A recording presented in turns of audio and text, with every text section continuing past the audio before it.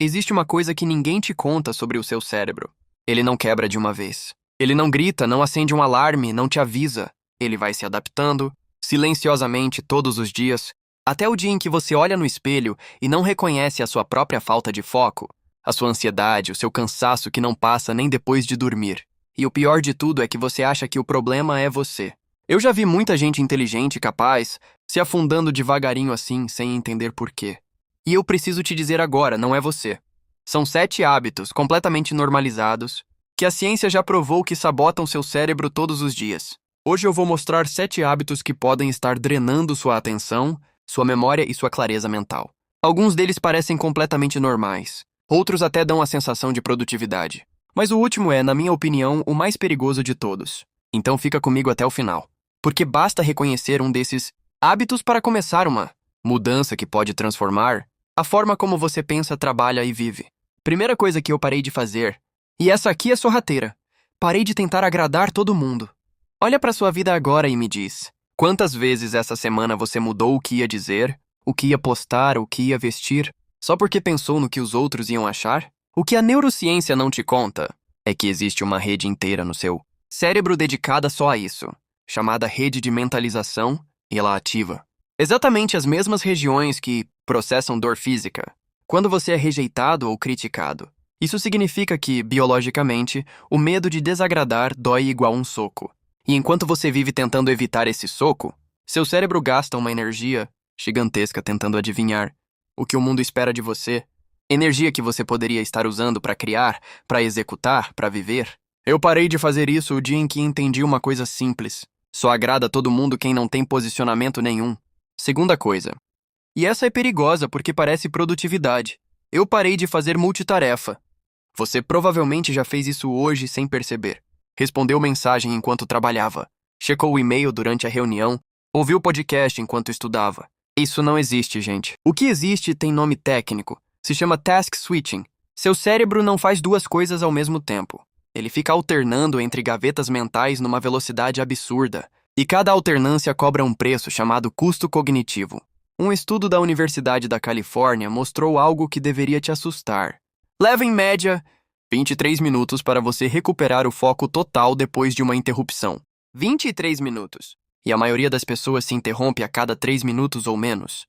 Faz as contas comigo. Você provavelmente nunca chega perto do que os neurocientistas chamam de foco profundo. Nunca. E é por isso que você termina o dia exausto, mesmo sem ter feito nada que realmente importasse. Mas existe um hábito ainda mais comum. E para muita gente, ele acontece antes mesmo de colocar os pés no chão. Vamos lá.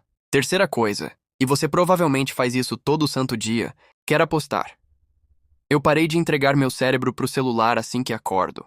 Os primeiros minutos do seu dia programam literalmente o seu sistema de recompensa inteiro.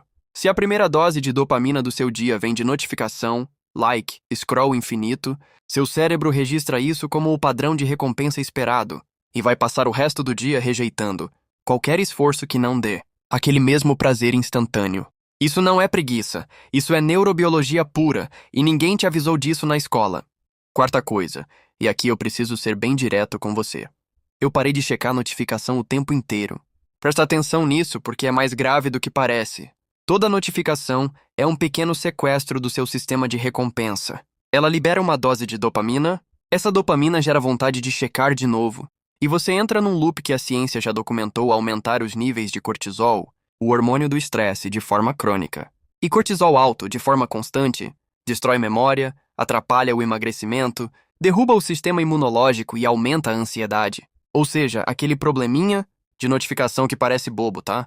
Literalmente reconfigurando a química do seu corpo inteiro. Agora existe um hábito que muita gente conhece. Todo mundo já ouviu falar dele. Mesmo assim, continua sendo um dos mais negligenciados. Sim, é o próximo. Quinto hábito. E se você só for lembrar de uma coisa nesse vídeo? Que seja esse. Eu parei de dormir menos de 7 horas. Eu sei que parece clichê, sua mãe já falou isso, mas deixa eu te mostrar o que acontece de verdade lá dentro. Enquanto você dorme, seu cérebro faz a consolidação de memória, transferindo tudo que você aprendeu no dia da memória de curto prazo para memória de longo prazo. Dorme mal, esse processo trava, e é por isso que você esquece as coisas e acha que tá ficando mais esquecido com a idade. Mas tem uma parte que é ainda mais séria. Durante o sono profundo, ativa um sistema chamado sistema linfático, que literalmente limpa toxinas acumuladas no cérebro durante o dia, incluindo proteínas associadas ao Alzheimer. Sono ruim crônico permite que essas toxinas se acumulem, e isso aumenta o risco de declínio cognitivo a longo prazo. E ainda tem mais. A falta de sono reduz o volume do córtex pré-frontal, a região responsável por controlar impulso, tomar decisão e regular emoção. Ou seja, dormir pouco não te deixa só cansado, te deixa mais impulsivo, mais explosivo e pior em praticamente tudo que exige clareza mental. Mas existe outro comportamento muito mais silencioso. Ele acontece dentro da sua cabeça. Ninguém vê. E justamente por isso pode acompanhar você durante anos sem ser percebido. Está chegando o nosso sexto hábito. Eu parei de ruminar sobre os meus erros do passado. Isso é diferente de refletir. Refletir é olhar para o erro, tirar a lição, seguir. Ruminar é reviver o mesmo erro, o mesmo sentimento, de novo e de novo sem sair do lugar. E aqui vem o dado que me assustou de verdade. Toda vez que você pensa em algo, você reforça a conexão neural associada àquele pensamento. Neurônios que disparam juntos, se conectam juntos. Então, quanto mais você remoe um erro antigo, mais profundo ele fica gravado no seu cérebro.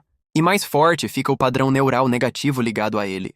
Existe até uma rede cerebral específica ativada nesse processo, chamada rede de modo padrão, e quando ela fica hiperativa de forma crônica, o risco de ansiedade e depressão aumenta.